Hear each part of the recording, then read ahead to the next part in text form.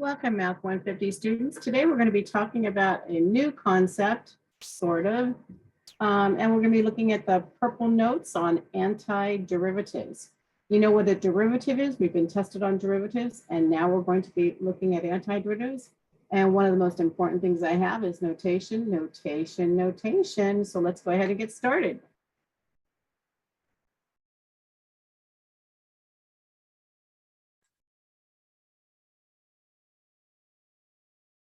First of all, on your notes, I have a let's try this again question.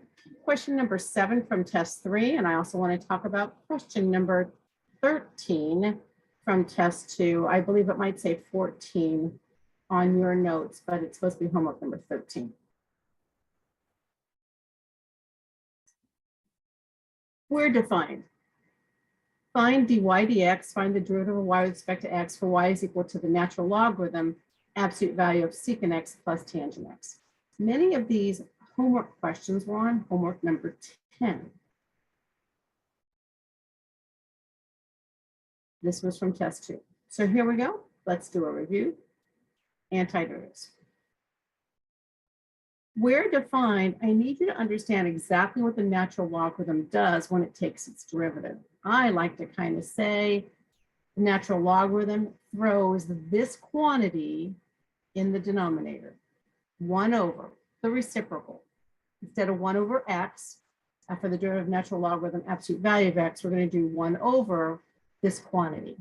The chain rule then says we need to take the derivative of what's inside. We need the derivative of secant, and we need the derivative of tangent. The derivative of secant, well, it is just secant tan. The derivative of tangent is secant squared, and I have no song for that, okay?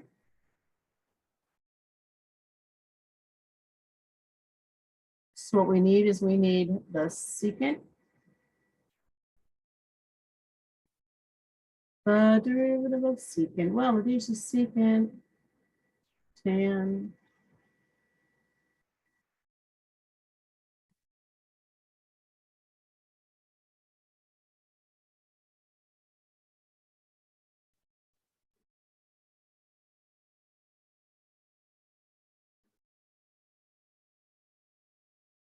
It's called secant today. And the derivative of tangent is secant squared.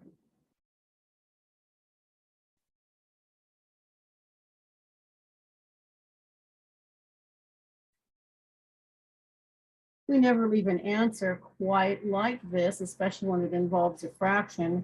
So we're going to look at secant tangent plus secant squared, and I'm going to encourage you to be able to factor this. We factor by using the greatest common factor. So by factoring out, we get secant quantity tangent x plus secant x. Now to simplify this, in order to get full credit, what you needed to realize that tangent x plus secant x is exactly the same as this. And we're allowed to cancel that as long as secant x plus tangent x does not equal to 0. But in this particular case, I'm not going to state that anymore. I believe it said, you know, I've got an absolute value. It's basically where this function is defined. And so since these factors cancel out, the answer should have been just the secant of x. Natural logarithm reciprocals the function and then takes the derivative of the function right next to it. Considering the next question, this is from test 2, we were given y is equal to x over the cube root of x, and then this notation means, and I hope you understand what this notation means, we're going to take the derivative with respect to x first, and then we're going to substitute wherever we see an x, we're going to substitute and put in 8. So instead of using the quotient rule on this problem, it would have been a lot easier if you would have taken a little bit of algebra and simplified this first. Yes, I can take and use the quotient rule. I can do that. But instead, the way I intended you to do the problem on a test when you have a limited amount of time is the easiest way possible. If you would have made the numerator x to the first power and the denominator x to the 1/3 power and simplified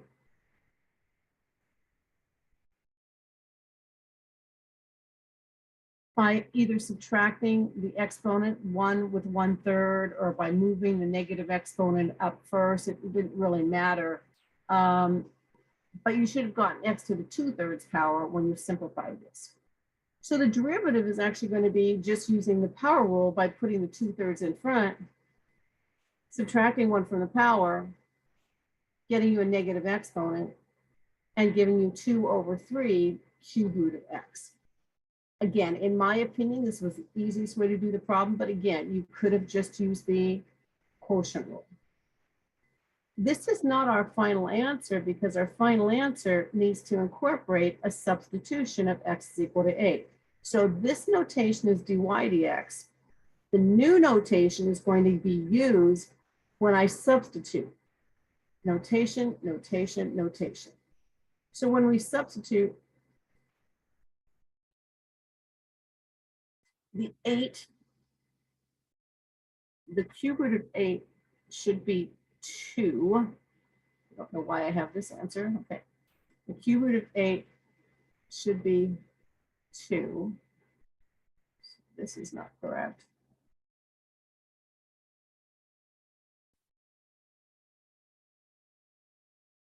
The numerator, we have a 2. The denominator, we have a 3.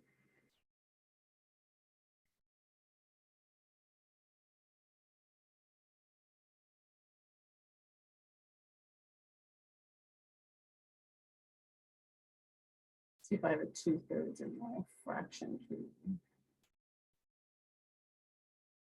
So I've got the 2/3.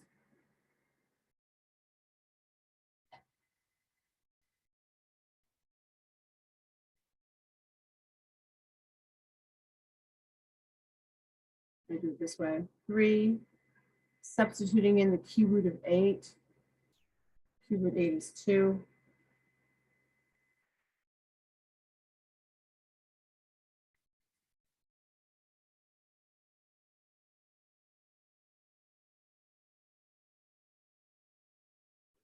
Reducing our answer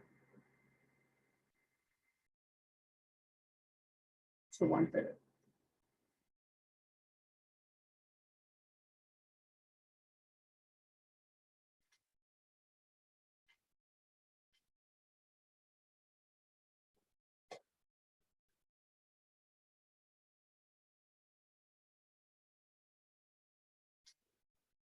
Now, in this new section that we're going to be talking about today and for basically the rest of the semester, in this section, we're going to be learning how to undo a derivative. That is, if we are given a derivative, recover the function from where it came. So it's very important that we do understand how to get a derivative. Now we're going to be talking about a topic of undoing that. We're going to see that it's not just one antiderivative function, but rather a whole collection of functions, all of which differ by a constant. Let me check. And this will be apparent as soon as I get into some examples. We are always going to use capital F of x to represent an antiderivative of a function, little f of x. The notation is going to be very important. We have never really used capital F's or capital notation on our functions in this course. And that's because, except maybe with respect to volume, because we were doing, volume is capital V. But in this particular situation, capital F represents the antiderivative for the function little f, which means if you take the derivative of your capital F of x, you get the original function that you started with, little f of x. Notation, notation, notation. Very important. Let's look at example number 1. If I give you capital F of x is 3x to the 4th, that capital F of x is an antiderivative of a little function, 12x cubed, because if you take the derivative of 3x to the 4th power by using the power rule, you're going to get 12x cubed. The notation is capital F prime of x is the derivative of the 3x to the 4th, And we don't have to write this step. I'm just going to show you that for notation's sake. But our answer is 12x cubed. If capital F of x is an antiderivative of the function little f of x, all other antiderivatives of the form, antiderivatives of little f, have the form of capital F of x plus c. And this should be apparent because we all know from our study on derivatives, the derivative of constant is 0. So instead of giving you a capital F of x equals 3x to the fourth, in example number 2, I decided to add a 5 on it. It's an antiderivative of f of x equals 12x cubed because if you take the derivative of this function, 3x to the fourth plus 5, you're still going to get 12x cubed. So we can have more than one antiderivative for a function, they just differ by a constant. That should make a whole lot of sense to you with respect to your study on derivatives. So it happens to just be a vertical translation when you add a constant to a function. It's just a vertical translation. So all the slopes are going to stay the same. Let me go to a whiteboard and explain that for those of you who haven't had that notation before. If I give you a function and I graph my function, I'm going to assume right now it's continuous and differentiable. What happens if I take my function and I add a constant to it? Well, depending on what that constant does, that constant is going to either move the function up or move it down, depending if k is negative. But my slopes of all my tangent lines will stay the same. They're just actually vertically translated up. If I vertically translate it down, if k happens to be negative, I still have all the same tangent lines, slopes, but I'm just have a different function to begin with. Antiderivatives act in the same behavior.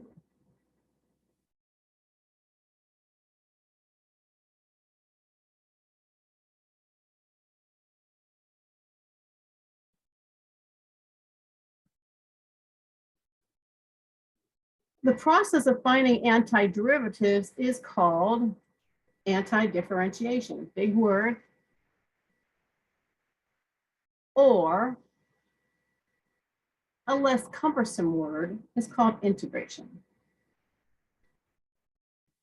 So if I talk it and I say we're going to integrate a function, that means we're going to find its antiderivative. We're going to find the function where it came from before we took the derivative. We're going to write what's called an indefinite integral. And the notation here is going to be very important, and it must follow this format. The integral notation is like a script S. The little f of x dx, the functions whose derivative was found, goes here, along with the little differential x. And you're going to see how important this is when we get to next week's lecture on the notation, why it's set up this way. But right now, we're just going to go ahead and write this integral notation, little f of x dx. And on the other side, we're going to write capital F of x plus our constant. So the antiderivative goes on the right-hand side, the function that we're taking the derivative of, and the derivative goes next to the integral sign, along with the differential x. The capital C is called the constant integration. The elongated S is called the integral sign. The function little f of x is called the integrand. And I would like you to note that there are no limits on this integration symbol. If you actually look into your textbook and just start looking about integration, or if you go onto a YouTube video on integration, you might see an integration sign of f of x dx.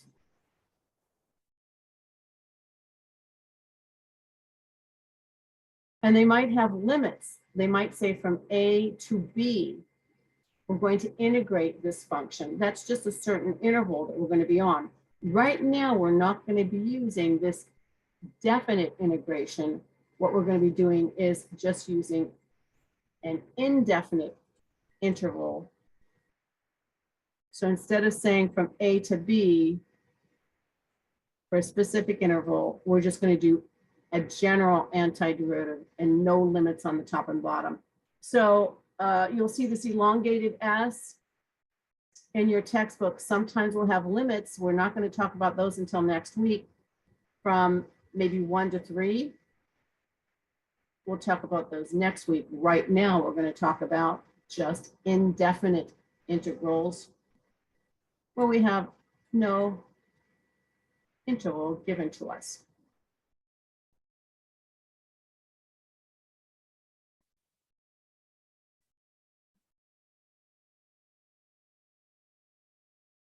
The function following the integral sign is called the integrand. And we're going to call this an indefinite integral. It does not have any limits on it. Now, in example 1, and example 1 right here, where this was your antiderivative, I want to show you what the notation should look like. If this was your function, x, 3x to the 4th power, and you took its derivative, you'll get 12x cubed. But how is it written in integration technique? It would be written integral. The derivative goes here, and the derivative was 12x to the 3rd power. You need the differential x next to it. This tells me that you're done with the derivative. And over on the right-hand side is going to be your antiderivative, what you took the derivative of. And the plus c, the constant, needs to be on the right-hand side because every one of these will differ by a constant. Instead of saying the derivative with respect to x of 3x to the 4th plus c is 12x cubed, we're now going to be writing our notation kind of like backwards. We're going to give the derivative first and then tell us where it came from, what we took the derivative of to get 12x cubed. The notation is going to serve to identify the independent variable. The independent variable here is x. If an independent variable is not x, for example, maybe I'm going to use t, or maybe I will use theta, please make sure that you adjust this notation appropriately, just like you were supposed to do when you took derivatives. So for example, if I have the derivative with respect to t of capital F of t being a function of t, function of t, not x,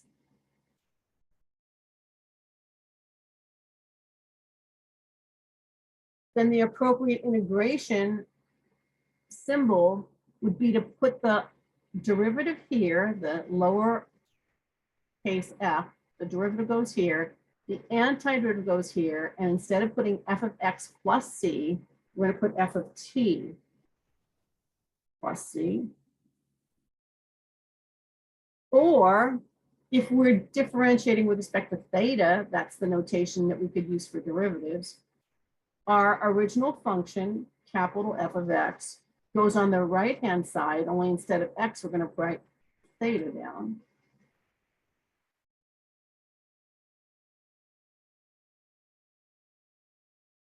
I have no theta in my symbols, so I will go find a theta. Let me go to pi for a second. Symbols, I'm going to try to find theta. Delta, alpha, beta, gamma.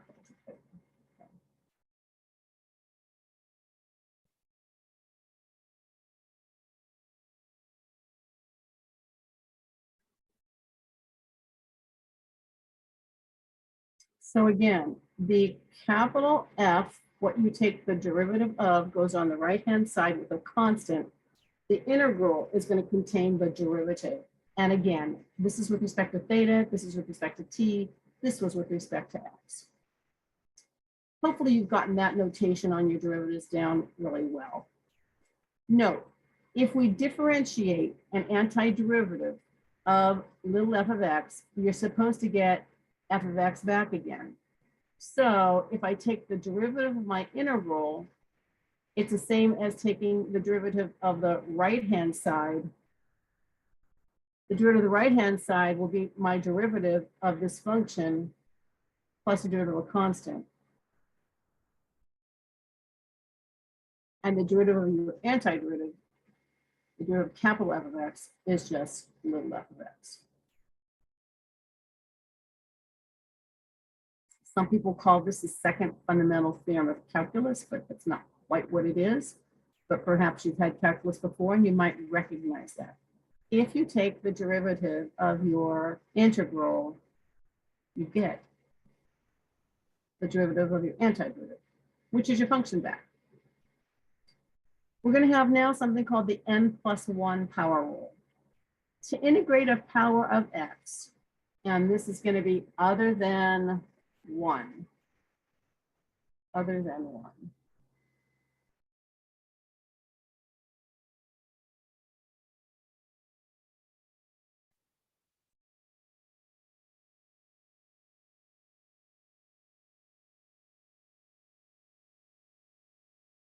No, I'm sorry, other than -1.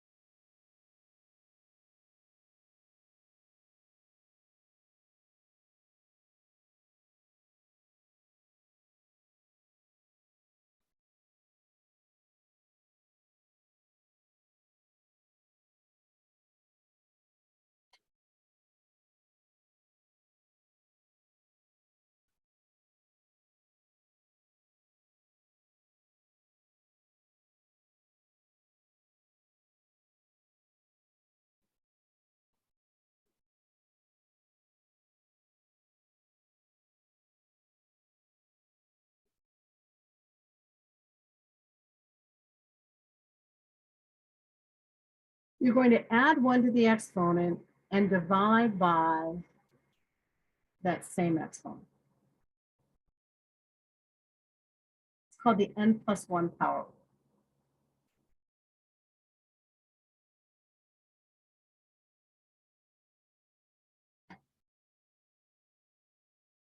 You're going to add 1 to the exponent and divide by the exponent. Now, let's kind of try to figure out exactly why, okay? When you go back to this problem, I do x to the 2/3 power, and we took its derivative. We took its derivative by putting the power in front and then subtracting 1 from the power. So this technically is our derivative. Well, if I want to work backwards, what I'm going to do is I need to add 1 to this power because I subtracted 1. If I add 1 to this power, I get 2/3. But that's not going to be good enough. I actually have to divide by that power of 2/3 to eliminate the number in front that came from me putting the power in front. And as we do a couple of examples, this is going to be more apparent, but it's right now, it's just called the n+1 power rule. You just do it and it'll all work out. Let's go through some examples. Okay, if I give you 12x cubed is the derivative, capital F, the antiderivative, as we discussed, is 3x to the 4th. Now the power rule is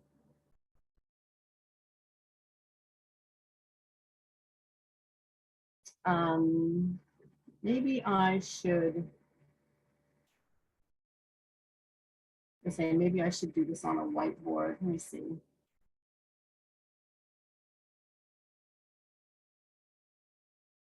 No, I think I'll be okay. Okay, the power rule, the power +1 rule would be take your function, take your derivative, add 1 to the power, so that'd be 12x to the 4th,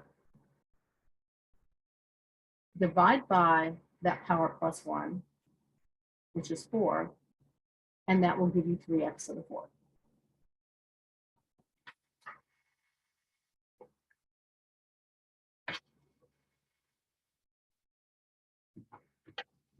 So you take your derivative, add 1 to the power.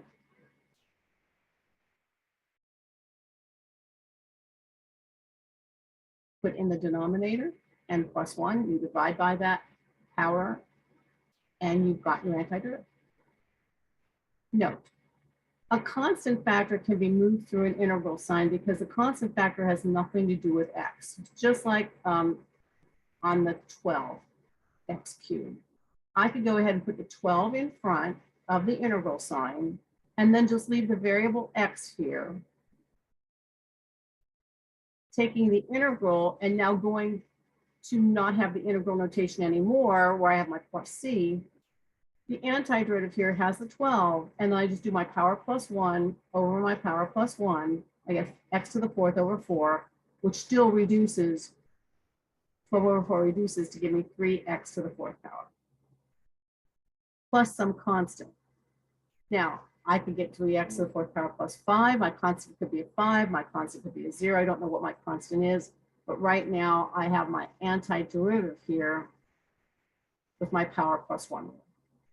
Then my antiderivative could be 3x to the 4th plus some constant. I always put the plus c on the right-hand side.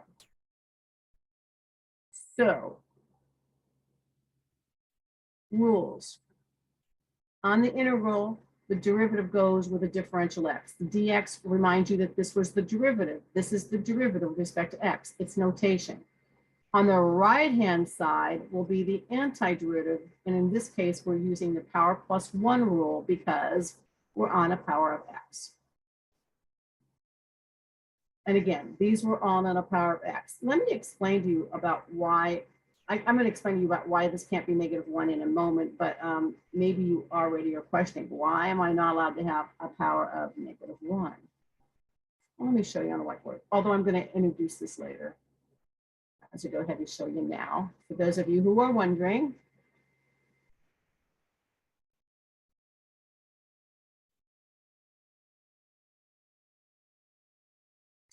so if I have an integral of x to the 3rd power, and I have my derivative, this is my derivative right here. The antiderivative is going to be x to the power plus 1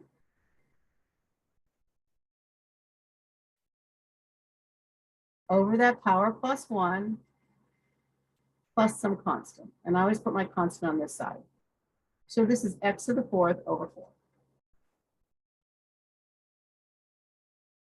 Plus some lovely constant. This is my antiderivative. This is my capital F of x. Now, if you want to check this, you can take the derivative using the power rule. If you take the derivative, the 4 would come down in front. You subtract 1 from the power. That n plus 1 needed to be there to cancel out and just give us an x cubed. But what if this was the power of x to the -1? What if that power was -1 and you blindly tried to go ahead and use the power plus 1 rule, which you're not allowed to do? The power plus 1 rule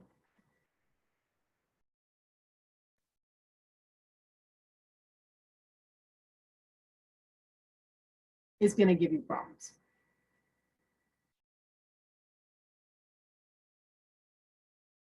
You're going to get x to the 0, but you're going to have a 0 down in the denominator. So we cannot use any power. We can use fractional powers, whole numbers, negative powers to use the power plus 1 rule, but we can't use the power of -1.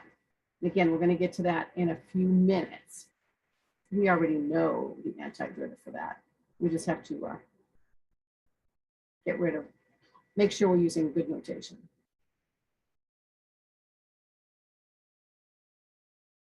And we need to have our derivatives in our soul. So the capital F of x plus c, the antiderivative goes on the right-hand side, and the integral has the derivative. Here's some recommended procedures for the power plus 1 rule. And again, the power plus 1 rule is when you're integrating a power of x, other than that -1 power. If I give you 1 over x cubed, or if I give you 6 square root of x, one of the first things I'm going to recommend is that you rewrite the problem with a power on the x. It's called the n plus 1 power rule when you're integrating a power of x. So in looking at 1 over x cubed, differential x, here's the derivative.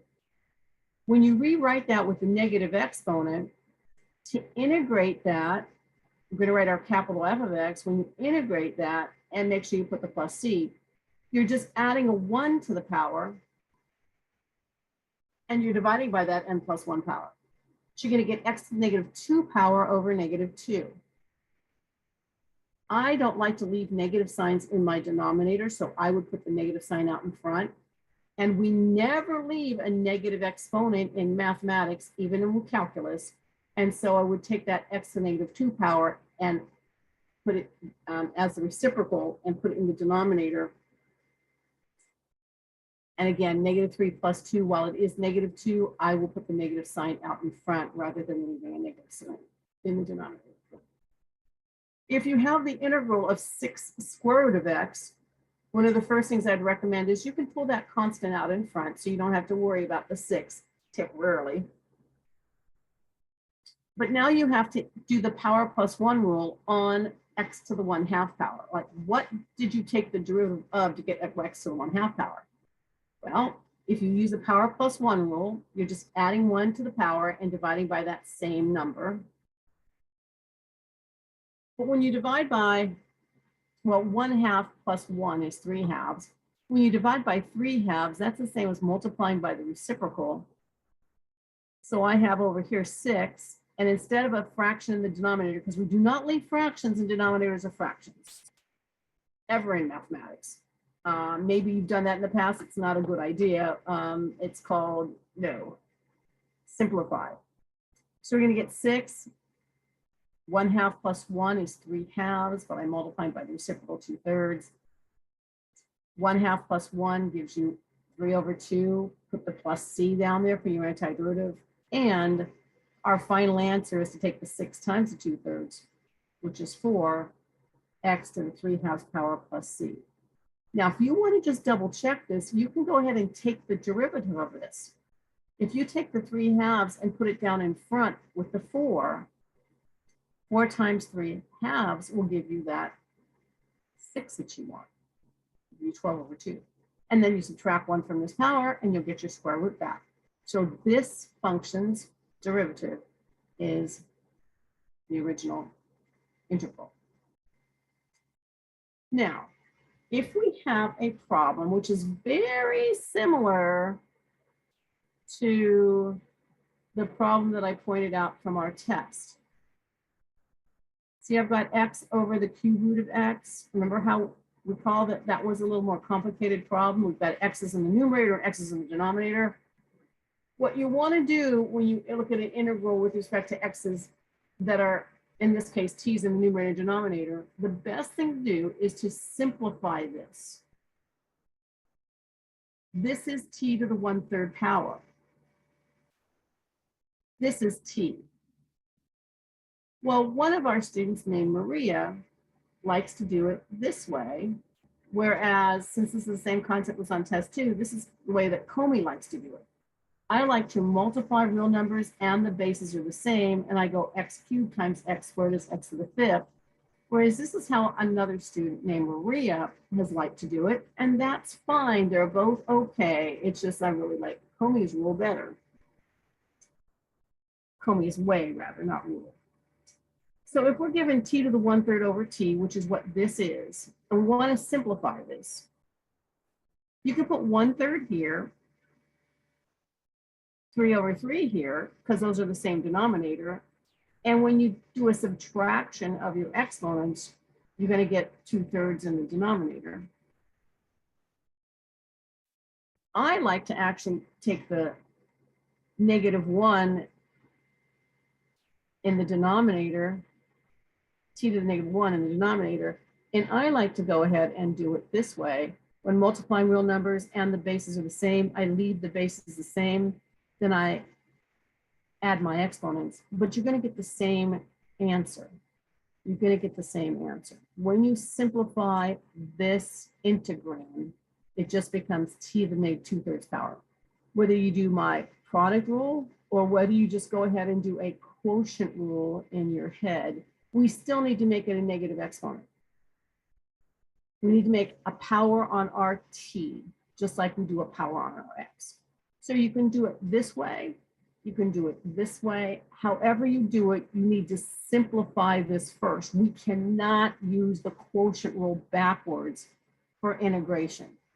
So if you did do this original problem on your test, which took a little bit more time, if you did this using the quotient rule, we do not have a quotient rule for going backwards. We don't have a product rule for going backwards. There's lots of things we don't have for antiderivatives. We have to make sure we understand our derivatives first so we can then go ahead and look at antiderivatives and all the applications of integration. Our capital F of t, so this would be on the other side of the problem. Our capital F of t goes over here.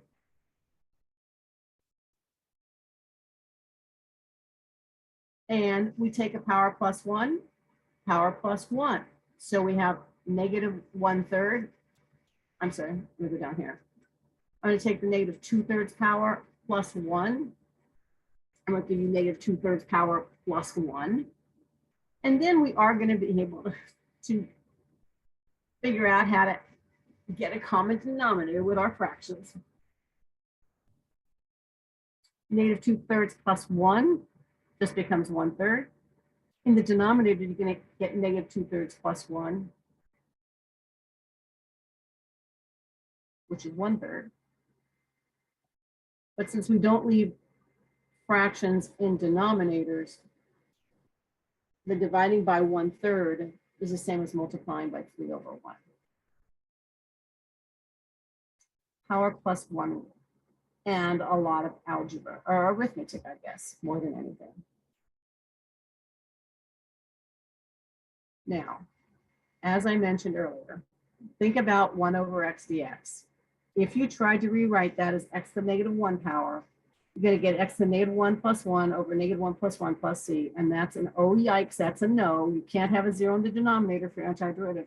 So I need you to think about all the work you did in learning how to find a derivative, and not every derivative is obtained by using the power minus 1 rule.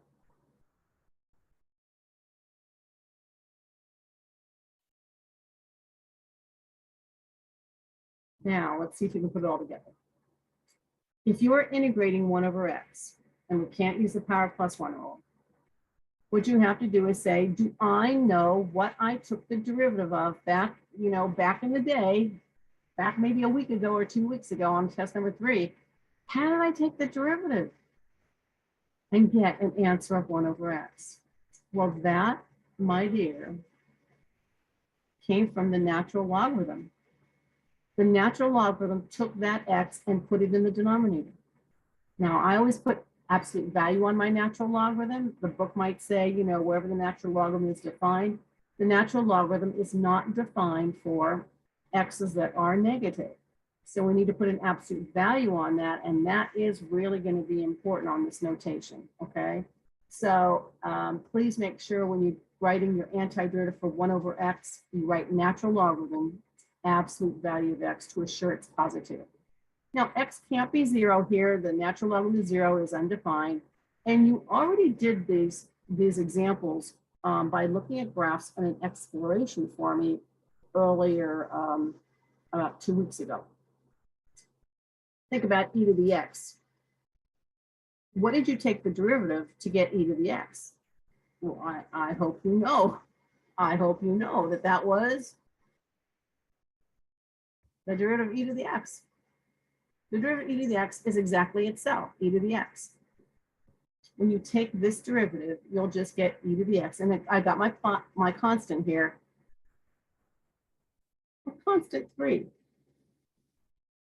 What did you take the derivative of to get 3? Well, I hope you know that 3x has the derivative of 3. I don't need a power plus 1 rule. I just need to know where my derivatives came from. Okay, now I've got 2 sine of x. I'm not using a power plus 1 rule on this. I'm just saying, what did you take the derivative of to get a sine? Well, I'm going to put the 2 out in front. Then I need to realize if I want to get a sine of x as a derivative, I needed to start with the cosine of x. Cosine of x has a negative derivative, and so I have to adjust that by my antiderivative and being included with a negative in there. My final answer on this would be -2 cosine x plus c. I would put the negative in the front. Here's another one, number 8, and this is specifically goes to test number 3. If you are integrating 7 over the square root of 1 minus x squared, 7 is just a constant, I could put that out in front. But I need you to recognize 1 over the square root of 1 minus x squared was a very famous derivative, and it was the derivative of your arc sine, of your inverse sine function. So everything you have learned or mastered on derivatives is being used now. And if you haven't mastered this, you will master this as we start looking at going backwards. I hope. What happens if we have an integral of tangent theta over cosine theta? Now this is not petite, okay? Integral of tangent theta over cosine theta. I'm actually going to go on a whiteboard and try to figure out what this is because I need to simplify this somehow. We don't have a quotient rule for antiderivatives. We don't have a quotient rule. We just have to kind of like know what our derivatives were. So I'm going to go to asking you as a class, what are we allowed to do? What can we do to simplify the tangent? I guess this is theta. Okay.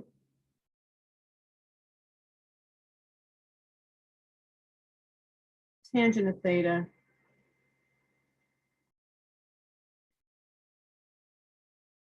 over cosine of theta.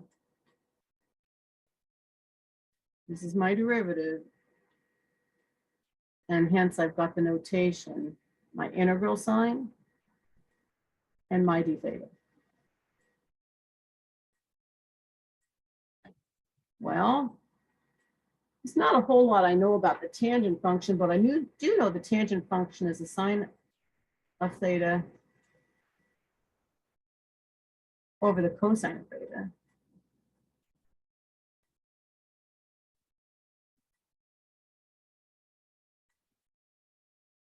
And that is divided by cosine of theta.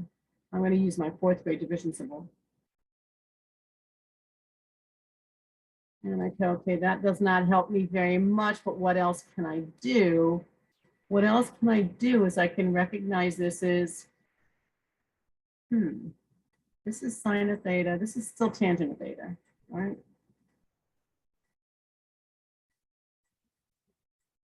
Oh yeah, it's tangent of theta.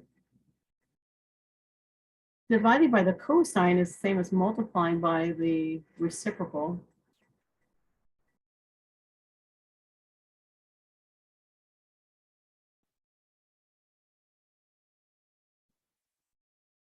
Now, do you recognize this? I've got a song for this one, okay? This is, well, that's still tangent. That never did change.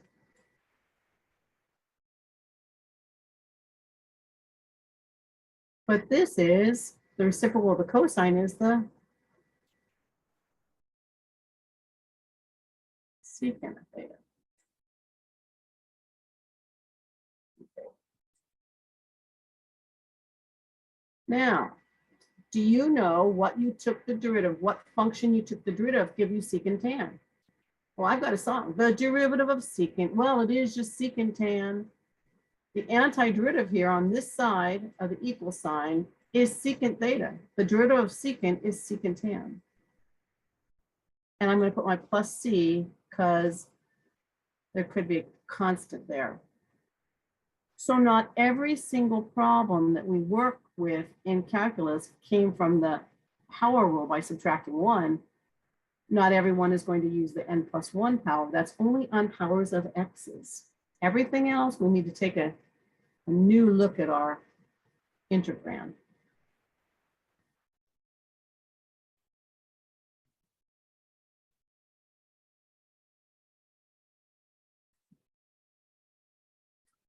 I've got several problems for you to try.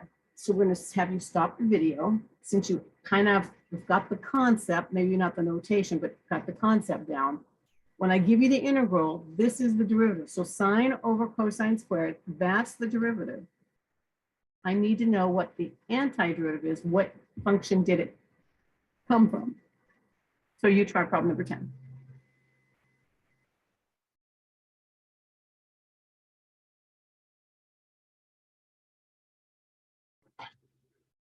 And yes, these are thetas. They're not x's.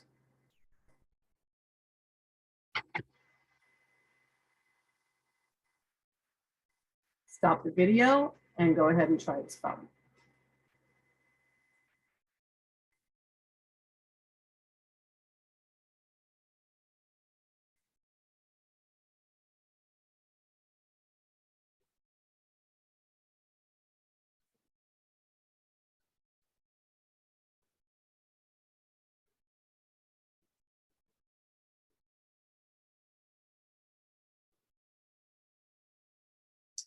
Okay, here's my solution.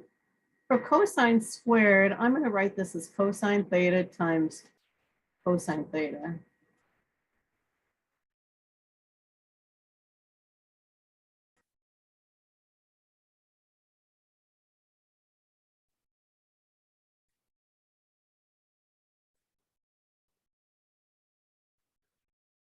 I know I've got an identity. I could put 1 minus sine squared as another substitution, but I'm just going to go ahead and do just cosine times cosine.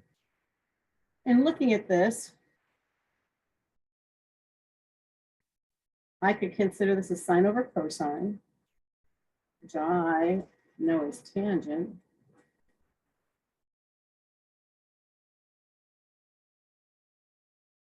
And I could separate this fraction and I could put this as 1 over cosine theta. So I haven't changed the fraction at all. I'm just rewriting it so that I can recognize some basic trig functions. Cosine squared, cosine, cosine. This is tangent.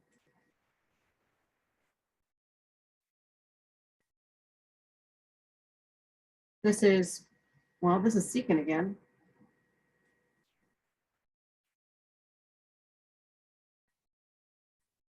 And what did you take the derivative to get secant tangent? The derivative of secant. Well, it is just secant tan.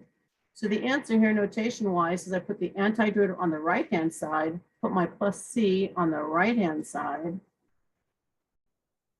And this is my answer, and that would be the answer in the back of the book. That would be the answer that's on a test or a quiz. That's the right procedure to do it. Just going to my basic trig functions. Hope you did well on that.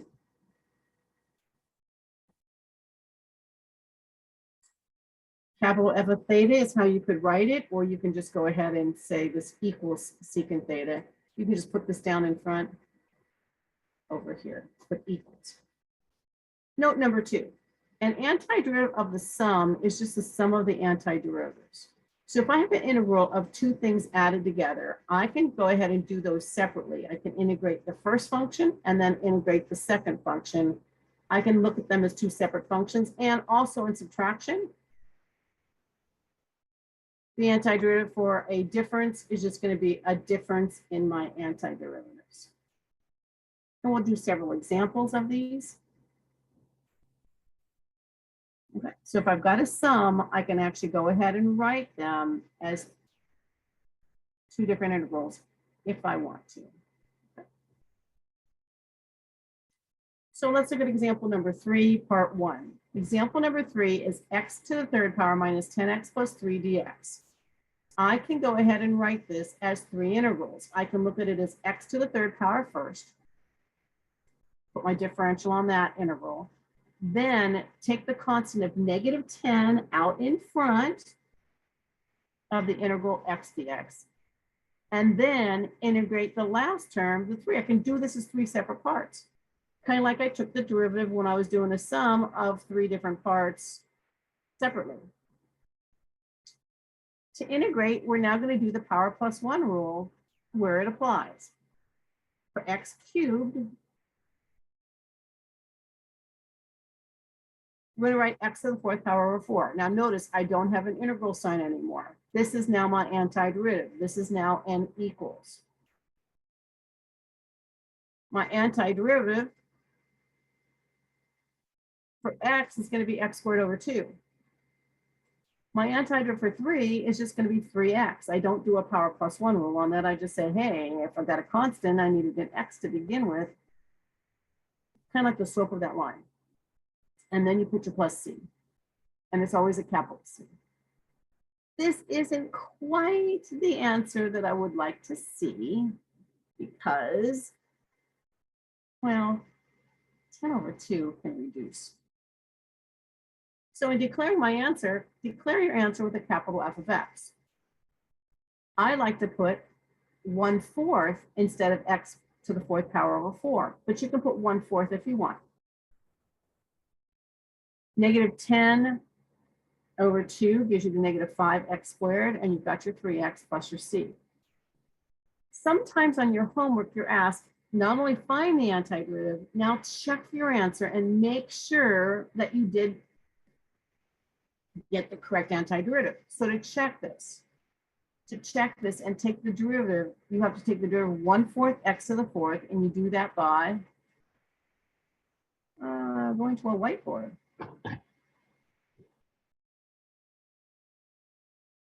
Putting the 4 down in front will cancel with the 1/4.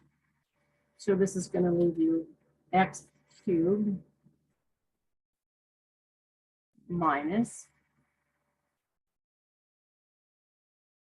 So I'm actually not going to a whiteboard.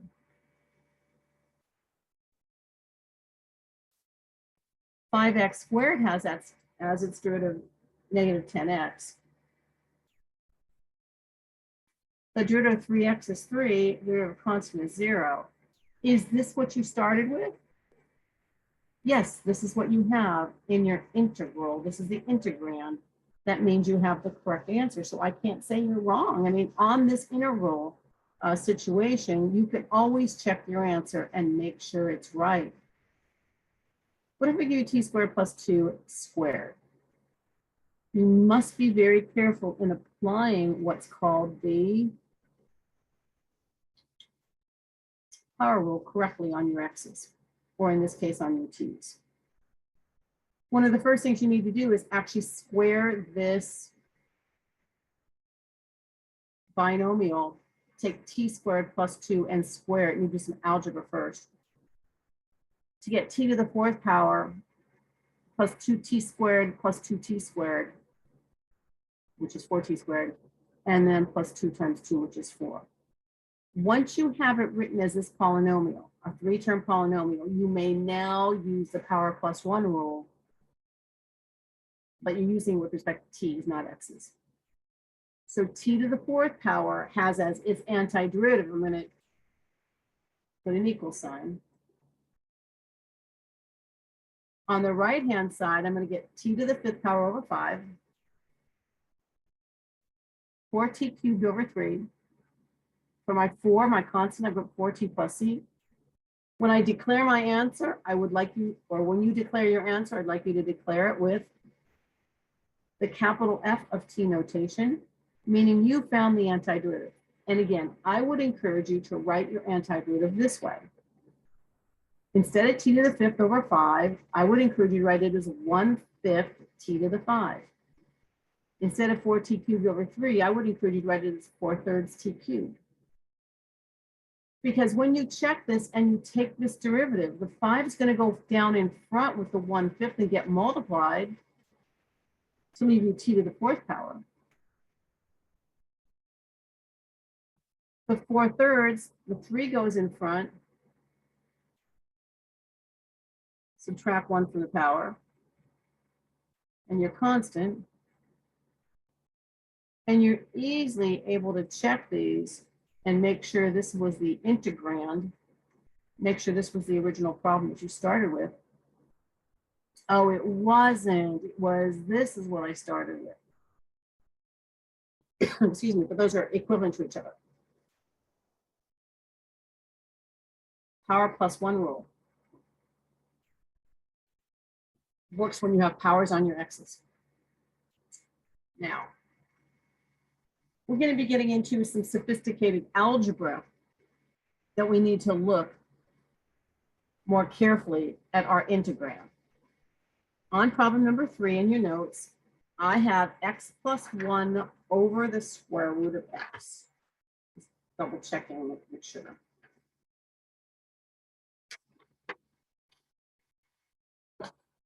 For example, number 4, I have the cube root of p squared, parentheses p minus 3 dp. How often do we differentiate with respect to p? Not that often. There is no quotient rule for integration. There is no product rule for integration. So you cannot do these by using a product rule or a quotient rule, which you should be happy about. There's no other rules like that. But we have to be able to somehow try to rewrite these so we can use the power plus 1 rule. So I'm going to go to a whiteboard and show you what I would do to simplify this integram so the power plus 1 rule would apply.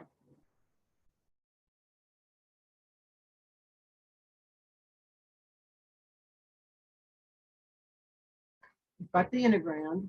We've got x plus 1 over the square root of x. Now, there's several ways you can look at this. One thing I can do for this particular case is I could multiply the numerator and denominator by the square root of x. Now, I'm not sure if this is what I want to do, but I'm allowed to multiply by 1. Now, I've done that with a colored pencil so that you can actually, or a colored marker so that you can actually see what I'm doing. When I multiply the numerator and denominator by the square root of x, I'm going to get x square root of x plus the square root of x all over x. And you might say, well, that almost looks worse than what I started with. And you're right, it does look worse than what I started with. So while I'm able to go ahead and do that, I think I'm going to abandon this technique and say, multiplying by that, kind of like that conjugate, it really wasn't a conjugate, but multiplying numerator and denominator by the square root of x doesn't really help me a whole lot.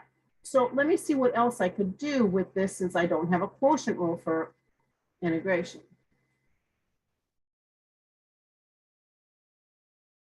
Well, I want to ask, do you think it would be okay if I decided to write this by what I call uncommoning the denominator?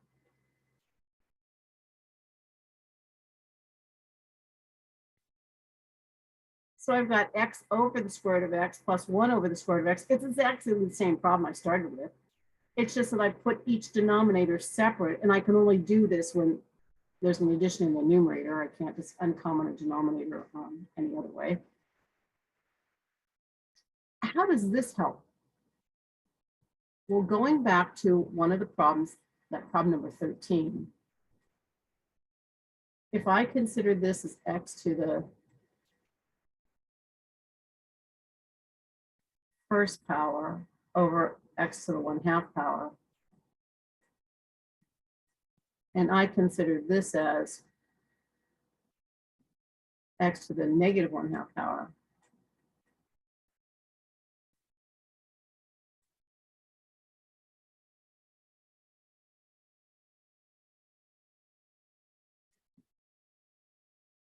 and you can do Comey's rule or you can do Maria's rule. Maria would make this 2 over 2 and subtract your exponents.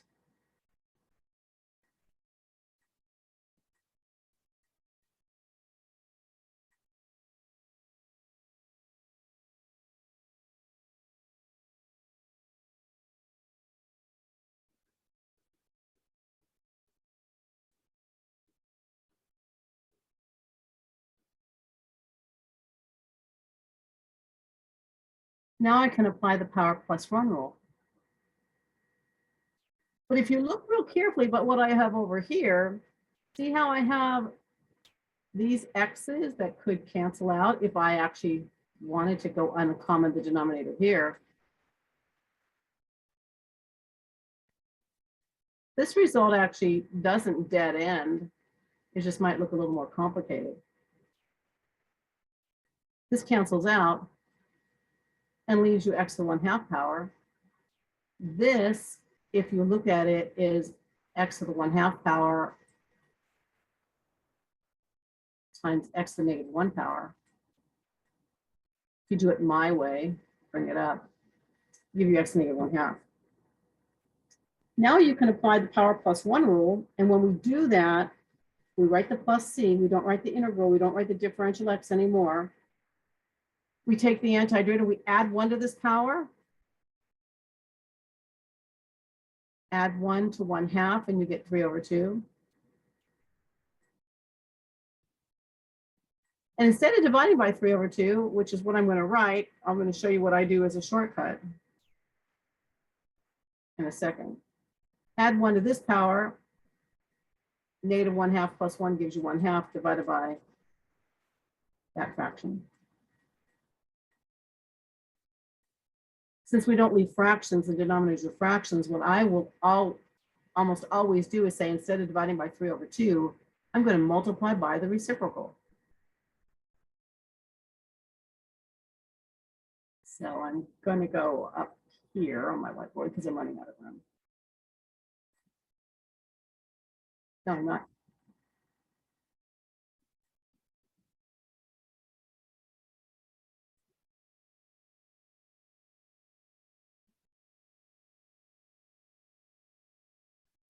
We abandon that way anyway. My final answer here is going to be, instead of dividing by 3/2, I'm going to write that as multiplying by the reciprocal.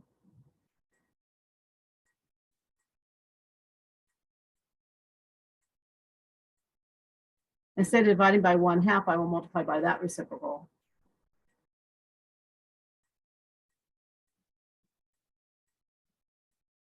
And I now declare this as my capital F of x. So please make sure I know what you're declaring as your final answer, and please call it capital F of x. Please don't make me look and say, okay, I think I see an answer, but you don't have it declared well as an answer, because this is going to get complicated. Because we have so many derivatives we need to consider. Power plus 1 rule works, and it works well, but you need to have x to some power, just x. We have no chain rule backwards. We have got problems when we are integrating because we had the product rule, we had the quotient rule, we had the chain rule. So we've got lots of things we need to consider when we're finding antiderivatives. Let's look at the next example on your notes, which is to integrate the cube root of p squared, parentheses p minus 3, with respect to p. Now, I would hope that after all my comments here, that you could just go ahead and stop the video and you could try this problem on your own. But again, there is no product rule for our antiderivatives. There's no product rule for this integration. So what I need you to do is I need you to be able to use the power plus 1 rule by simplifying this first. So go ahead and stop the video, unless you have no clue on how to start. And then I'll just go ahead and go through the procedure with you. But go ahead and see if you could do this on your own.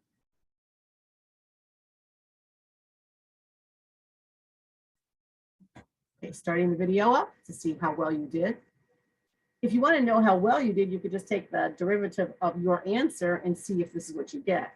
But the procedure would be to first write this as p to the 2/3 power.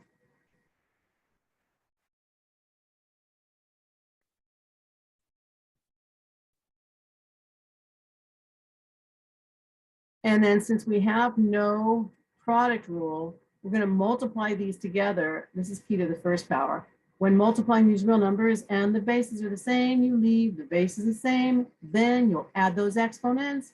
1 plus 2/3 becomes 5/3. We need to multiply 3 times that. It's called the distributive property. 3 times p to the 2/3 power.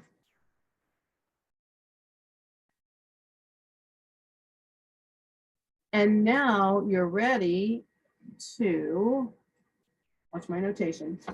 Now you're ready to separate the integrals and do each part separately. We're going to integrate p to the 5/3 power with respect to p. Then we're going to integrate, I'm going to throw this constant 3 out in front of the integral of p to the 2/3 power. Differential p. So did you do the power plus 1 rule? If I add 1 to this power, okay, so now this is going to be equal to. I'm not going to write an integral notation anymore. Actually, I'm running out of room here. If you add 1 to this power, you're going to get 8/3. And instead of dividing by 8/3, I'm going to multiply by the reciprocal, which is 3/8. So that's the antiderivative for the first part. Here I have a -3 as a constant multiplier that I'll worry about later. And I'm going to do power plus 1 rule on this p. Power plus 1 rule, if I take 2/3 and add 1, add 3/3, I'll get 5/3. Instead of dividing by 5/3, I will multiply by the reciprocal. And now I put a plus c. I'm doing my antiderivative. I'm going to declare this as a function of p in a moment. As soon as I clean it up, how much cleaning up do I have to do? I don't think I have to clean it up too much. Let me make a little room here.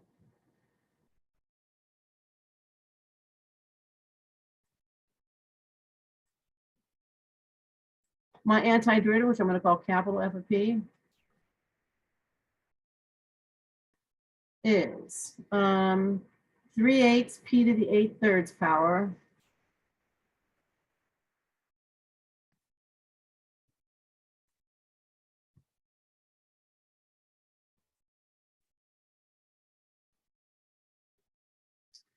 and this will be -9/5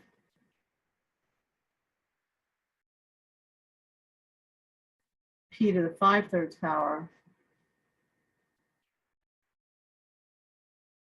plus my constant. So I'm declaring using my capital F of p that this is my answer. This is my antiderivative. Now, when I take the derivative of this directly, I'm not going to get this, but hopefully I will get this, which is equivalent. So when we take the 8/3, when we actually take the derivative of this, f prime at p,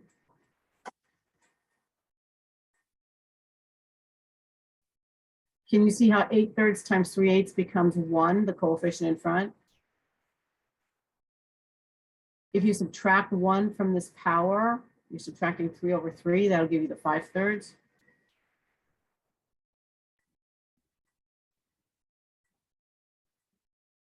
For 9/5 times 5/3, when I multiply this by 5/3, the 5s will cancel. I have 9/3, which is 3. Subtract 1 from this power, and the derivative of my constant is 0. And that's what we have here. Of course, I had to make sure I simplified that correctly going down, but this is my derivative. The derivative goes with the integral, the differential notation, because this is the derivative, and this is the antiderivative. So that's pretty much all there is. So wait, there's so much more. There's more than the power plus 1 rule. So let's go ahead and see what's on our next page of notes.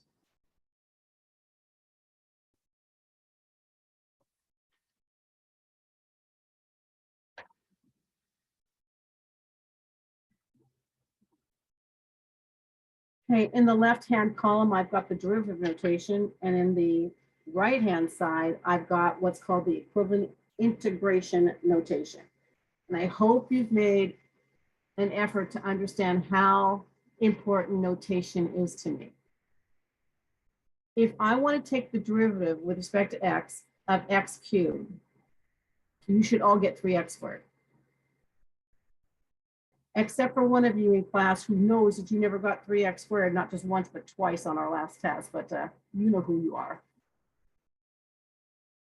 If I want to integrate that, the equivalent integration notation is going to be that the derivative goes with the integral sign and the differential x. And what goes on the right-hand side? What you took the derivative of, which is x to the third power plus c. Derivative, integral notation, equivalent. When you take the derivative of this side, you will get what's there on the integrand. The derivative of the square root of x is one of the very first first derivatives we found. That was 1 over 2 rad x. So if I give you 1 over 2 rad x, I expect you to know where it came from without doing a whole lot of power plus 1 rule. But if you want to do the power plus 1 rule, you can.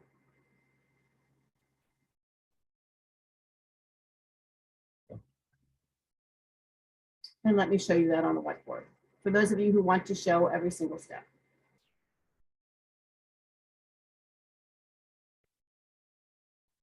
If we have the integral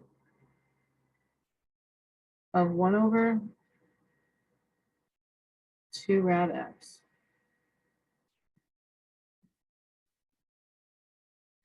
you are allowed to put the constant in front.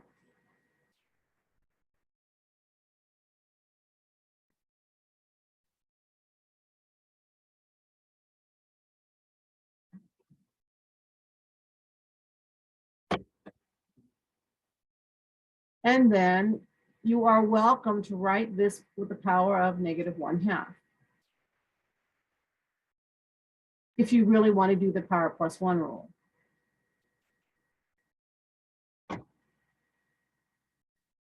So when you go to the antiderivative, I'm not going to write the integral sign anymore. I'm going to do power plus 1.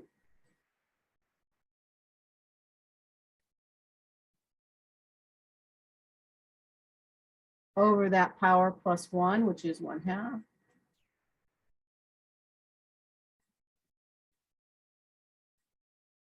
This 1/2 is the same as multiplying by the reciprocal of 2.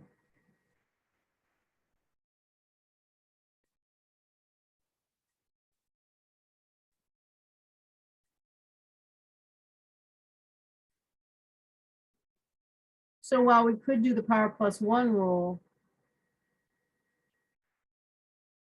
it's really nice if we just remembered where our derivatives came from, if we just knew what our derivatives were to begin with.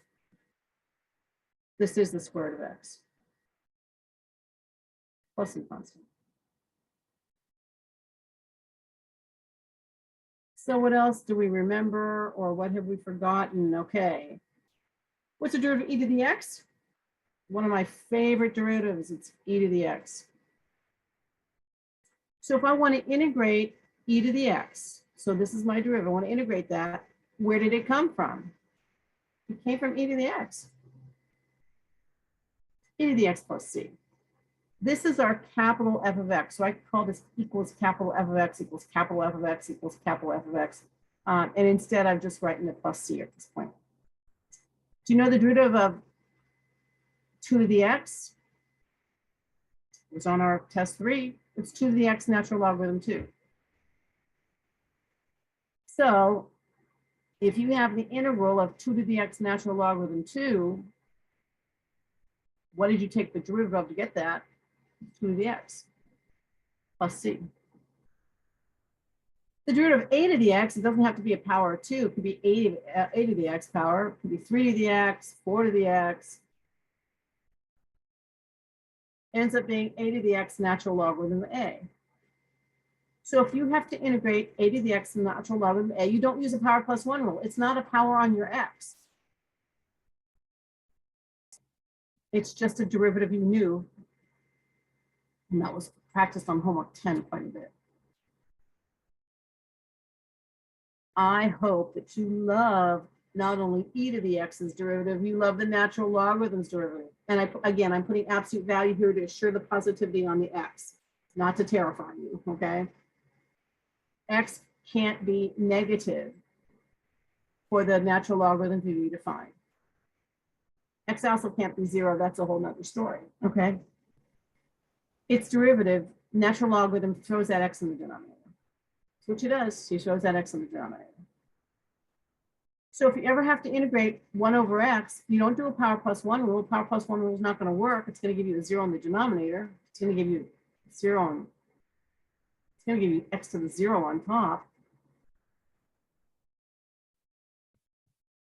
When you integrate 1 over x, it comes from the natural logarithm absolute value of x plus c. And I do have a song for that somewhere. I don't remember what it is, but if you need help, I can sing a song for that. Now, when you take the derivative of the natural logarithm of f of x,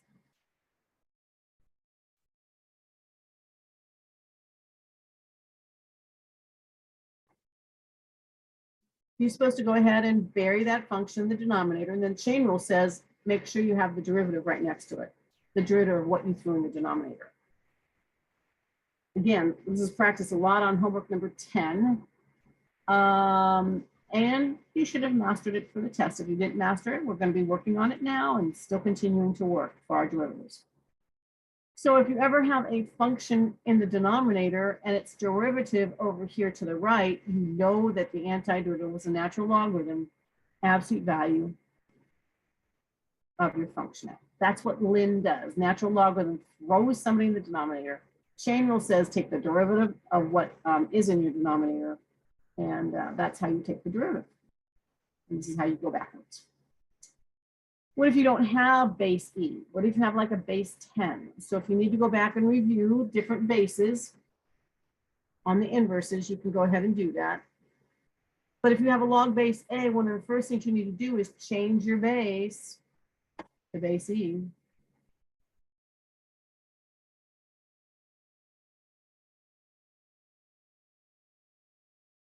The natural logarithm, which it now is because you've changed it to natural logarithm of f of x over natural logarithm of a.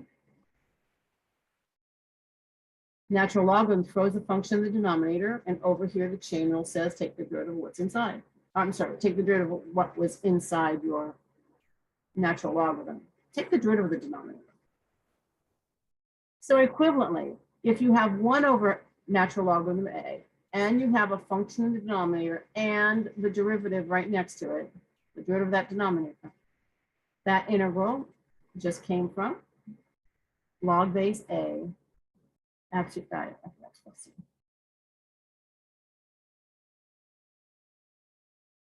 These next few should, well, this one actually does use the power rule.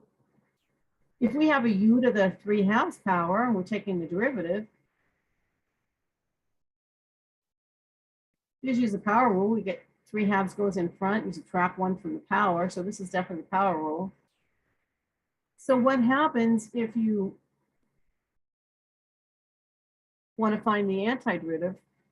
I'm giving you the derivative. Where did it come from? You need the 3 over 2.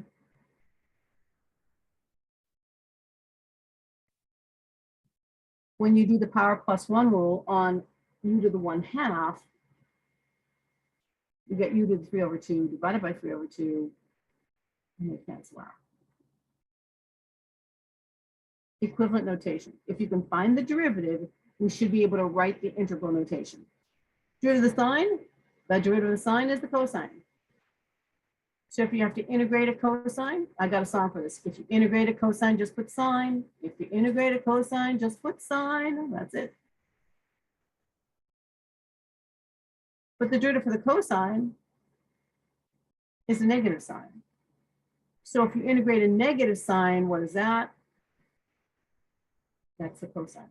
The cosine ended up having negative in the derivative. Remember that?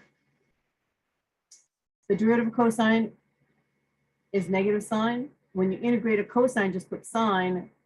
When you do it the opposite way, that's not so good. You need a negative sign. Do the tangent. Don't have a song for that. Although one student in class is going to make up a song about a tangential, who has a derivative of secant squared. And I'll tell you that story as soon as she makes one up. The derivative of tangent is secant squared. So if I want to integrate secant squared, I'm going to put what I took the derivative of, which was the tangent, along with my plus c. Can you see these? Can you see the relationship? You must know your derivatives. That's why we've been tested so much on derivatives, or else we're not going to be able to do antiderivatives. Derivative of secant, the derivative of secant. Well, it is just secant tan. So whenever you see a secant tan in an integral, you just know it automatically came from the secant. Plus c. Derivative of your arc sine. You guys did really well on the arc sine on the test.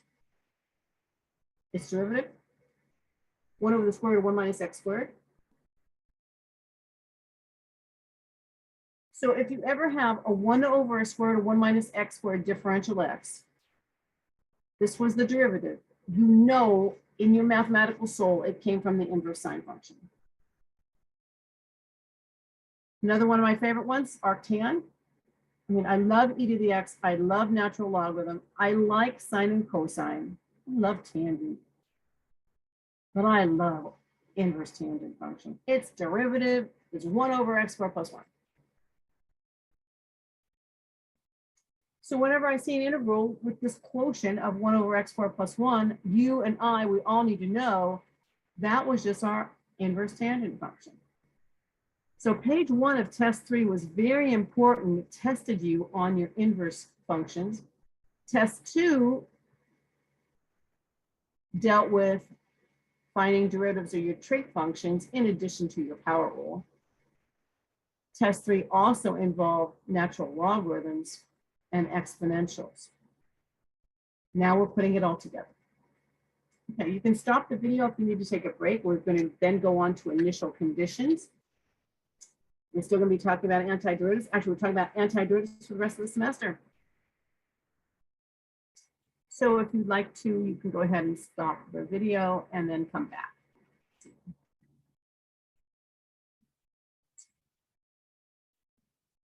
Okay. For those of you continuing on, you've already seen that the equation y equals the integral of my derivative f of x dx has many solutions, each differing from the others by a constant. So I alluded to this a little bit earlier when I did this on the whiteboard.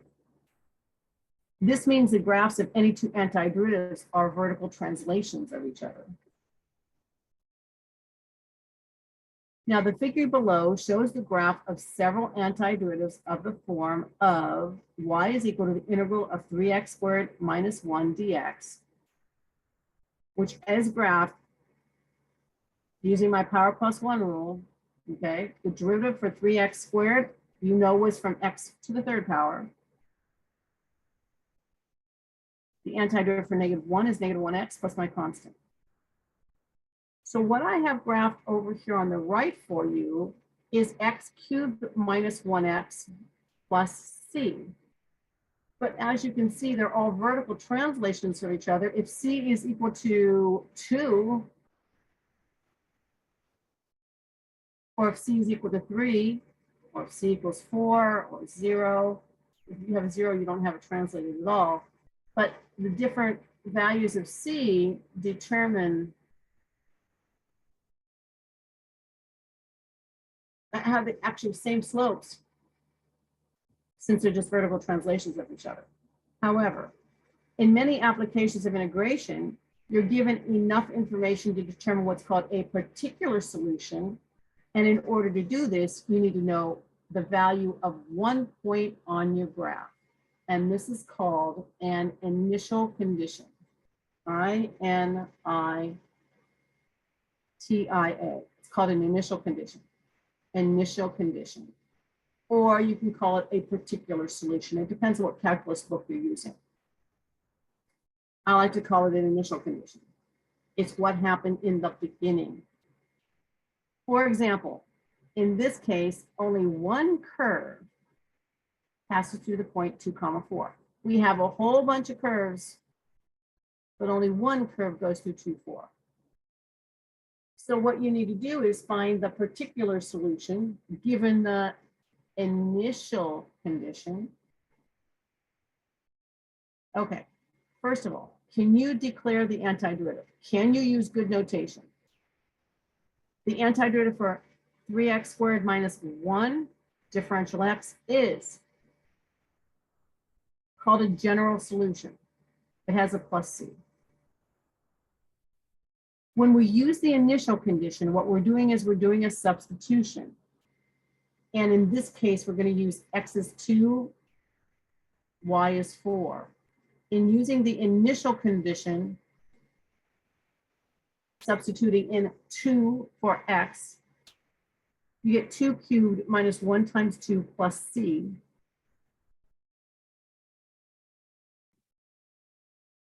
F of 2 is 4, given in our initial condition.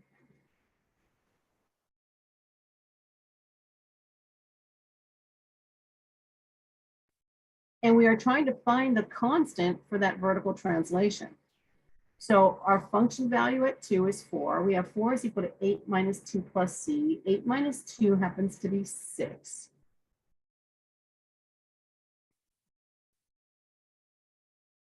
Subtracting 6 from both sides when c is equal to negative 2. So this dark graph right here, and maybe you already knew it was negative 2 because you could see right there. But that graph right there is the only one of the graphs that has this particular solution of 2, 4. To answer your question for the particular solution, our final answer must be declared with the initial condition being used and your constant c being identified. So our antiderivative was x to the third power minus x plus the constant. We found the constant to be negative 2. So once you find the constant, then you need to equate your solution and make sure you've given me the plus c as your particular solution. So there's a whole bunch of graphs that follow the derivative of 3x squared minus 1, but there's only one that actually goes to the point 2, 4. And again, that's all algebra. Calculus is already done. Okay, one of the next examples I have is the derivative of capital F of x is 1 over x squared for x greater than 0. X is allowed to be negative, but I'm only going to have that. It says find the general solution and then find the particular solution that satisfies the initial conditions. F of 1 equals 0. So first of all, you can stop the video and see if you can go ahead and understand what you have to do, or you can listen to me explain. It's up to you. Do you understand the notation? The derivative is going to go with the derivative notation right there in your integral sign, or after your integral sign, I should say. Noticing that I could use a power rule, power plus 1 rule on this, I'll make that x to the negative 2 power and declare my antiderivative.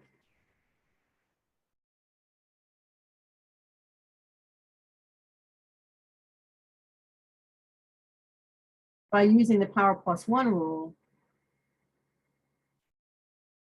declaring your antiderivative, and using really good notation, guys. Negative 2 plus 1/2. I'm sorry, negative 2 plus 1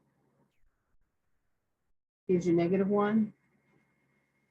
And negative 2 plus 1 gives you negative 1 in the denominator, which I put out in front. I do not have to write that x to the 1 power there. I can just go ahead and say my general solution is 1 over negative 1 over x.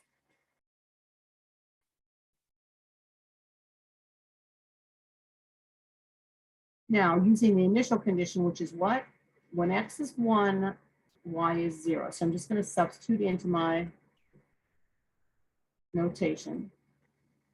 F of 1 means I'm substituting a 1, replacing all my x's with 1. F of 1 happens to be 0.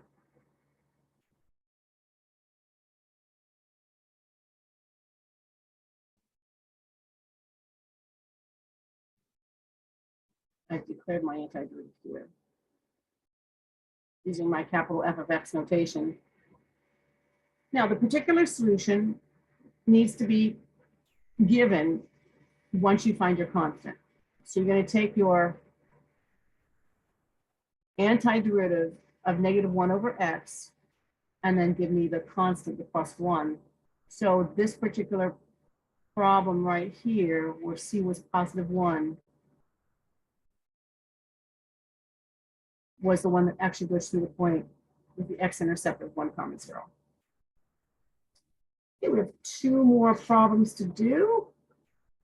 Actually, I have 1 problem to do, and then you have 2 to try. Solving a vertical motion problem.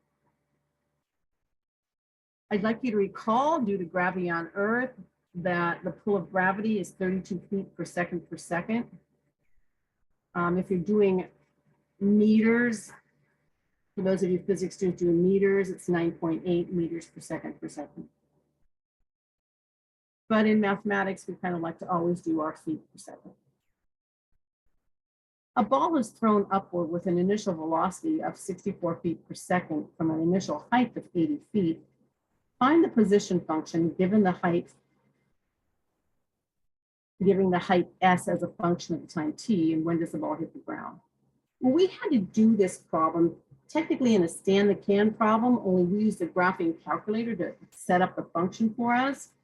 And I think it was when the grapefruit had to hit the ground. There was an extra credit. That grapefruit hitting the ground, extra credit, it actually involves using the quadratic formula. But in this particular case, we don't have much given to us that we can actually create that function in our graphing calculator. So we have to make sure that we can understand exactly what's happening here. Your position function is always going to be in feet. So at time equals 1, you might be at 10 feet. Time equals 2, you might be at 12 feet. Time equals 3, you might be dropping down. So our position function is always going to be in feet. The velocity function is always going to be our derivative of our position function. It's going to be in feet per second, just like it was in that grapefruit problem on Stand the Can, when we had feet per second, feet per second. Acceleration is feet per second per second. Acceleration is actually the second derivative of the position function, or the first derivative of your velocity. Very interesting how this relationship holds up. Position function is always going to be called S of t in mathematics. Velocity is called v of t. Acceleration, a of t. And again, the relationship is one is the derivative of each other. That's how they're related to position function. To find the position function, first of all, we have to find an antiderivative. We've got to declare everything that's going on and see if this all makes sense. If I tell you the acceleration is -32, and this is feet per second per second, what I need to do, since that is my second derivative,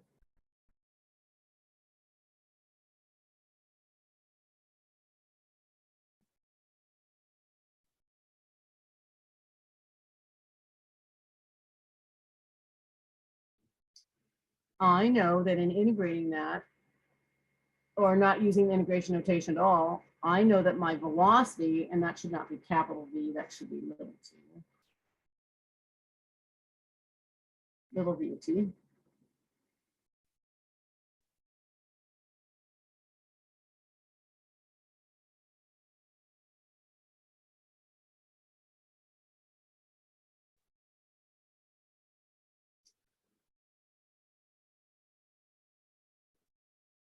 Should be little v. The antiderivative, which is the velocity, must have been negative 32t plus c. And again, basically it's my antiderivative. What did I take the derivative of to get negative 32? Slope of a line, negative 32t plus c. Using the initial condition. Now the initial condition said, what was the initial condition? A ball is thrown upward with an initial velocity of 64 feet per second. 64 feet per second, that's a velocity. 64 feet per second. So what you have using the initial condition, when time t equals 0, your velocity is 64 feet per second.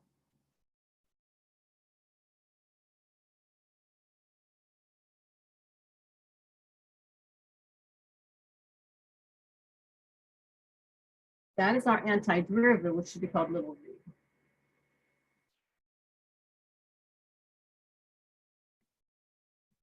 Now v of t is negative 32t plus 64. 64 is that initial condition. When time t equals 0, you can easily see if I substitute a 0 in here, I'm going to get 64. Now going backwards, we're going to go backwards. And again, I'm not using my integration notation. I'm just going backwards. I'm using my notation as s of t now. My position function must be from power plus 1. So I'm going to get negative 32 over 2 t squared, power plus 1, plus 64t, plus a different constant, which I'm going to call c sub 1. Now, some textbooks just call it c again, but I would really like you to be more specific. This is a different constant than 64. This is with our position function. And using the position function, we know that there was an initial height of 80 feet. So technically, I'm on a cliff right here. A ball is being thrown up from this position of 80 feet. And it's being thrown up in the air, and then it's going to come back down. Well, I would like to know what my position function is. What's my equation of my parabola is basically what I'm trying to find out without using a graphing calculator.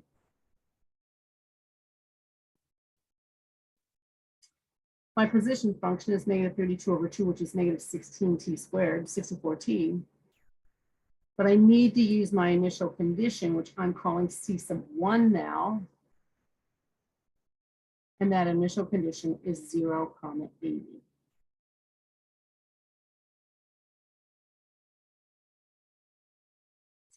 So our position function is negative 16t squared plus 64t plus 80. That's called finding the position function.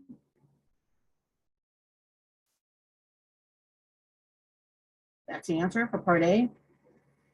Part B, when does the ball hit the ground? Well, most of you who actually did this on the stand the can problem did a great job. You set it equal to 0 because that's what it means to hit the ground.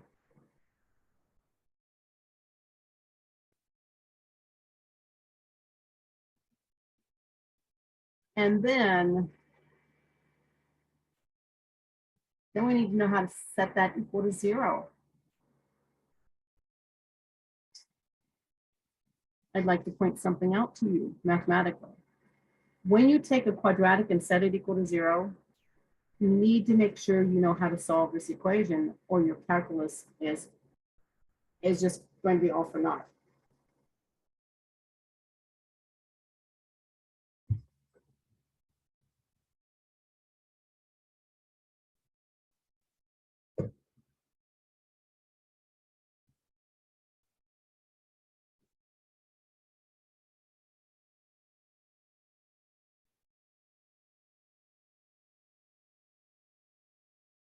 I'm going to make up a problem right now.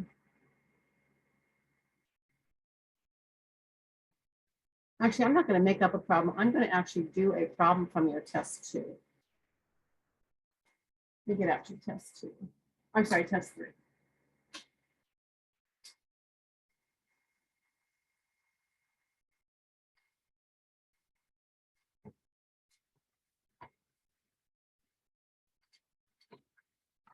We had to find a critical number. I'm trying to figure out which problem I want to do.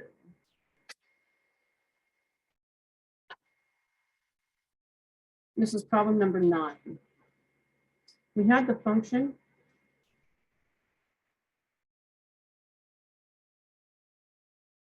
of x to the third power minus 3x squared minus 45x. When we took the derivative, we did that so well because we all know the power rule. 3x squared minus 6x minus 45. But in order to find the critical numbers on the very vague graph I gave you, because I gave you a very vague graph,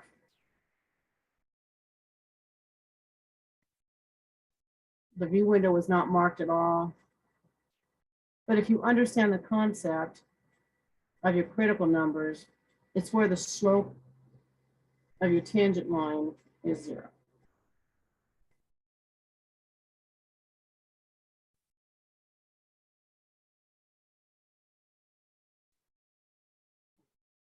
So basically over here somewhere and over here somewhere where x is positive and somewhere where x is negative should be your answers.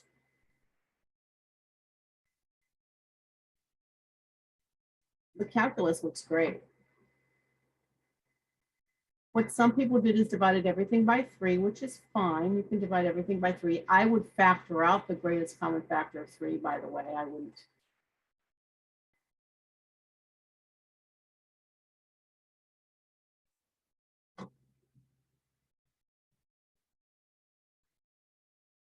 And then I want to show you some illegal mathematics. We know that 3 can't be equal to 0. So many students who did great in calculus on this problem decided that the way they were going to solve this problem,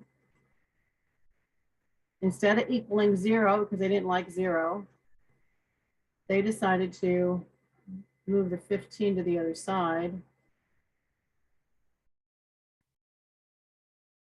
And they proceeded to factor this. And I don't know where you guys came up with this. And some of you guys said, oh, I got 2 numbers I have to multiply together to give me 15. I wonder what they are. I don't know what they are.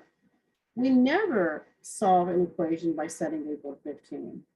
The way you're always supposed to solve a quadratic equation is by setting it equal to 0 and praying it will factor. And guys, for those of you who have seen enough of my lectures, you know that I am going to make these factor for you. I worked really hard to make sure all the problems on test 3 factor, that you would never have to use a quadratic formula, especially without a calculator. There are some instructors who do let you use a calculator on the exam, but then they make the problems a lot more difficult, which means they could have included irrational numbers.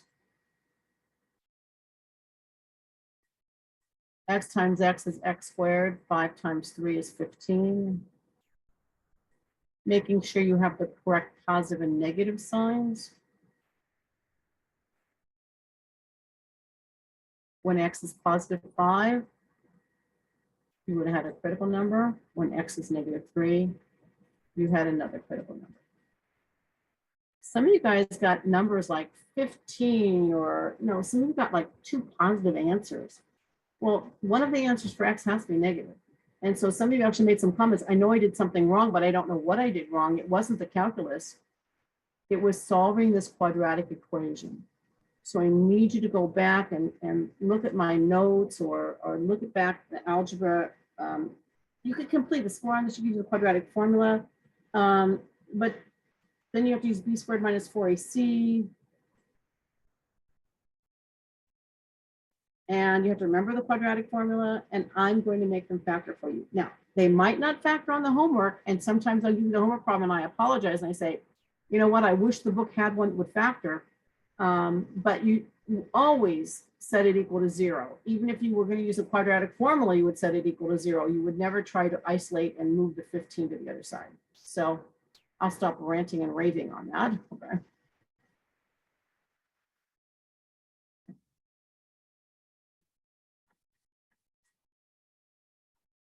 So what did we have for our parabola? We had y is equal to negative 16t squared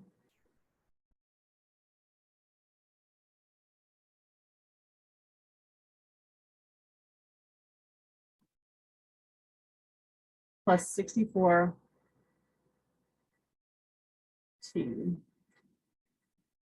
plus b. I made this so special. We can factor out a negative 16 from both sides, from all terms, I mean.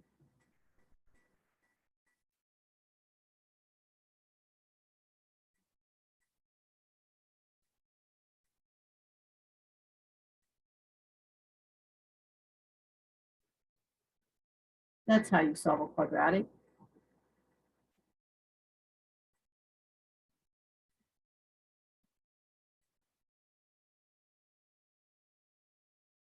We get two answers. Although only one answer is applicable, I need to throw one answer out.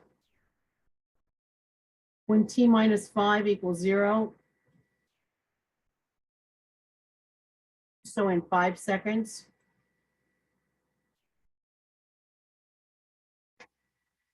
this ball will hit the ground. Or when t equals negative 1. Now, when t equals negative 1, while that is a solution for my parabola, since time can't be negative, what that answer is doing, it's showing you when t equals negative 1, it's showing you the x-intercept of the parabola as being at t equals negative 1, and t equals 5 is actually where the ball hits the ground. Now, you might have automatically assumed it was t equals 5 hits the ground because that's what the picture looks like in your notes.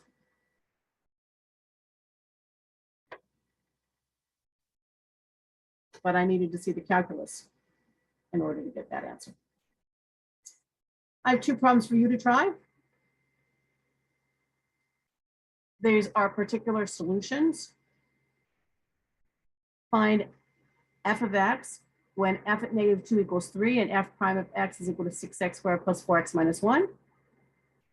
And find the function y that contains the point 1 comma negative 2 and the derivative with respect to x is x to the third square root of x. These are very good problems that you can easily see again on your next exam.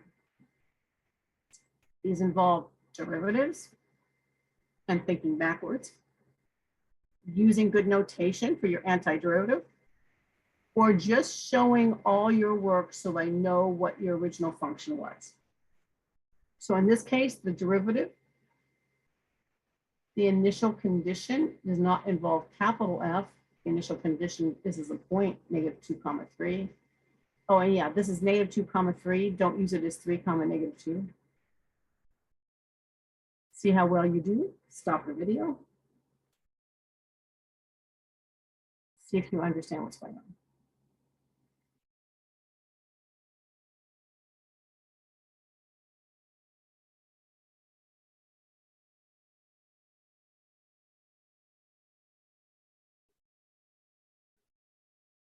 I'm going to go ahead and give you my solutions for these two problems.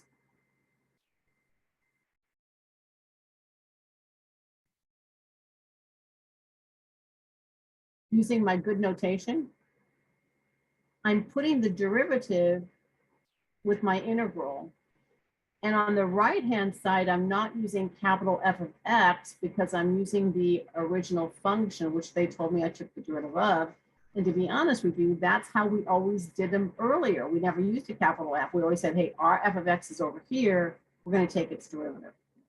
But using my notation with the integral, going backwards, getting the antiderivative,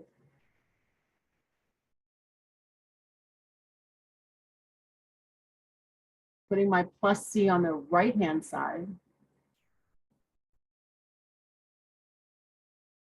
simplifying, substituting in when x is negative 2 and y is 3. Did you get your constant to be negative 1?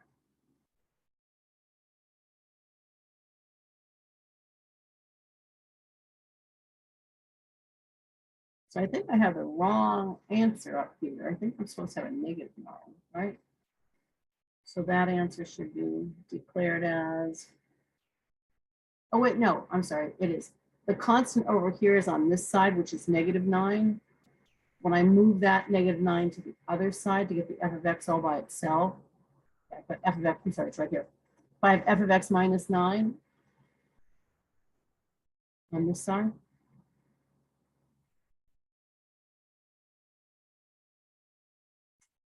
some students like to put the plus c on the integral side, but my notes and the textbooks always put it on the right-hand side of the integral.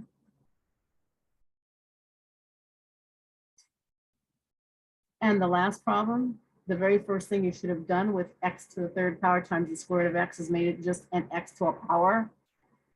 X cubed times x to the 1/2, which is x to the 3.5 power, 7/2. Antiderivative, power plus 1. Substitute in 1, and y is negative 2. Get your constant to be 2 2/9.